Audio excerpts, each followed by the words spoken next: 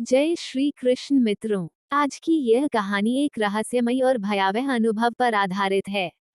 श्राप का साया, कर्ण पिशाचिनी। ये कहानी मुझे काफी रोचक और भयानक लगी, इसलिए मैं आप लोगों के सामने ये रचना प्रस्तुत कर रही हूँ। श्राप का साया, कर्ण पिशाचिनी। प्राचीन काशी नगरी के पास एक छोटा सा गांव था, जिसका नाम था शांतिपुर। नाम के विपरीत उस गांव में शांति कम और भय ज्यादा था। इस भय का कारण था गांव के बाहर मौजूद एक पुराना बरगद का पेड़, जिसे लोग कर्ण पिशाचिनी का पेड़ कहते थे। गांव में मान्यता थी कि उस पेड़ पर एक ऐसी पिशाचिनी रहती है, जो इंसान के कान में फुसफुसाकर उसे भविष्य के बारे में बताती है। उस गांव में राघव नाम का एक गरीब परंतु बहुत मेहनती युवक रहता था। राघव अपनी बहन गौरी के साथ रहता था, जिसकी शादी की चिंता उसे हर पल सताती थी। उसकी गरीबी के कारण कोई भी उसकी बहन से शादी करने को तैयार नहीं था। एक दिन हताश होकर राघव ने फैसला किया कि वो कर्ण पिशाचिनी के पास जाएगा और अपनी बहन के भविष्य के बारे में पूछेगा। गांव के लोगों ने उसे बहुत समझाया, राघव, उस पिशाचिनी के पास मत जाओ। वो भविष्य तो बताती है, लेकिन उसके बदले में कुछ ऐसा मांगती है जिसे तुम कभी चुका नहीं पाओगे।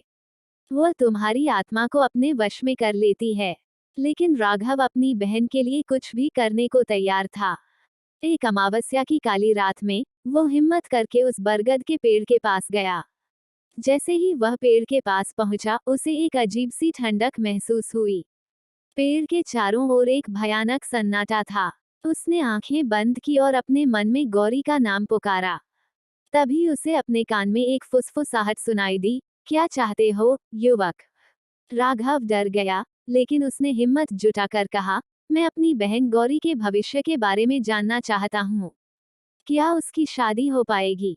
फुसफुसाहट की आवाज तेज हुई, तुम्हारे गांव का सबसे अमीर व्यक्ति, सेठ घनश्याम, तुम्हारे घर आएगा और गौरी से शादी का प्रस्ताव रखेगा।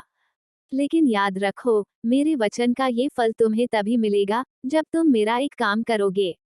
जब तक तुम ये काम नहीं करोगे, तुम्हें हर रात एक ही सपना आएगा, जिसमें मैं तुम्हें तुम्हारी बहन की मौत का सपना दिखाऊंगी।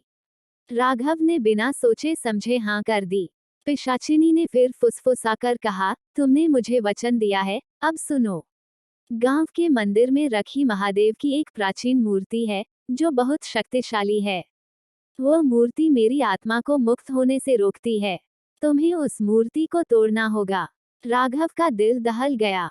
वो महादेव का बहुत बड़ा भक्त था, लेकिन अपनी बहन के भविष्य के आगे उसने अपनी भक्ति को भी दांव पर लगा दिया।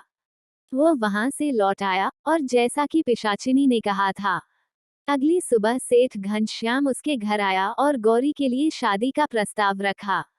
राघव की खुशी का ठिकाना नहीं था। उसने तुरंत हाँ कर दी। लेकिन अब राघव पर एक और मुसीबत आ गई। हर रात उसे एक भयानक सपना आता, जिसमें वह देखता कि गौरी एक गहरी खाई में गिर रही है। वो डर के मारे जाग जाता। पिशाचिनी के वचन ने उसे जकड़ लिया था। वह जानता था कि अगर उसने मूर्ति नहीं तोड़ी, तो उसकी बहन की जान को खतरा हो सकता है। कई दिनों तक वह इसी दुविधा में रहा। अंत में एक रात, जब पूरा गांव सो रहा था, वह चुपचाप मंदिर गया। उसके हाथ में एक बड़ा पत्थर था। जैसे ही उसने मूर्ति पर वार करने के लिए हाथ उठाया, मंदिर की घंटी बजने लगी। एक बूढ़ा पुजारी, जिसने राघव को मंदिर में आते देख लिया था, वहां आ गया। पुजारी ने राघव को रोका और पूछा, यह क्या कर रहे हो, बेटा? राघव ने रोते हुए सारी बात बताई। पुजारी ने मुस्कुराते हुए कहा, बेटा, तुम एक चाल में फंस गए हो। ये कर्ण पिशाचिनी बहुत चालाक है। वो भविष्य नहीं बताती, बल्कि हमारे मन के डर को पढ़कर हमें वही बताती है जो हम सुनना चाहते हैं। वो केवल शक्तिशाली चीजों को नष्ट करना चाहती है, ताकि उसकी शक्ति और बढ़ जाए। वो चाहती है कि लोग भगवान पर से विश्वास खो दें। पुजारी ने आगे कहा, कर्ण पिशाचिनी ने तुम्हें एक झूठा भविष्य दिखाया है। सेठ घनश्याम एक बुरा इंसान है। वह गौरी से शादी नहीं करना चाहता, बल्कि वह तुम्हारी गरीबी का फायदा उठाकर तुम्हारी बहन को अपनी दासी बनाना चाहता है। पुजारी की बात सुनकर राघव के पैरों तले जमीन खिसक गई। उसने पूछा, तो क्या मेरी बहन की शादी कभी नहीं होगी? पुजारी ने कहा, ईश्वर पर विश्वास रखो। अपनी मेहनत से तुम जो कमाओगे उसी से तुम्हारी बहन की शादी होगी। राघव ने अपनी गलती के लिए महादेव से माफी मांगी और मंदिर की सफाई की। उस दिन के बाद से उसे वह भयानक सपना आना बंद हो गया। राघव ने दोगुनी मेहनत से काम करना शुरू किया। कुछ महीनों बाद गांव के सरपंच का बेटा, जो राघव के अच्छे व्यवहार और मेहनत से प्रभावित था, गौरी से शादी का प्रस्ताव लेकर आया। राघव की आंखों में खुशी के आंसू थे। गौरी और सरपंच के बेटे की शादी बड़े धूमधाम से हुई। राघव ने समझा कि असली शक्ति भविष्य जानने में नहीं, बल्कि अपने कर्मों और भगवान पर विश्वास रखने में होती है। उस दिन के बाद शांतिपुर में कर्ण पिशाचिनी का भय कम हो गया। गांव के लोग समझ गए थे कि सच्चा भविष्य हमारी मेहनत और विश्वास से बनता है, न कि किसी पिशाचिनी के धोखे से। मित्रों, कहानी का संक्षिप्त विवरण कुछ इस तरह है।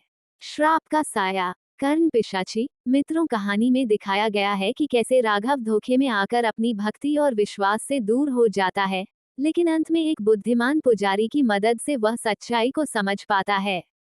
ये कहानी हमें सिखाती है कि सच्चा भविष्य हमारी मेहनत, ईमानदारी और भगवान पर अटूट विश्वास से बनता है, न कि किसी झूठे वादे या जादू से। आशा है आपको ये कहानी पसंद आई होगी और ऐसी ही और कहानियों को सुनने के लिए हमारे चैनल को सब्सक्राइब करना ना भूलें। लाइक, शेयर, कमेंट तो जरूर करें। जय श्री कृष्ण मित्रों।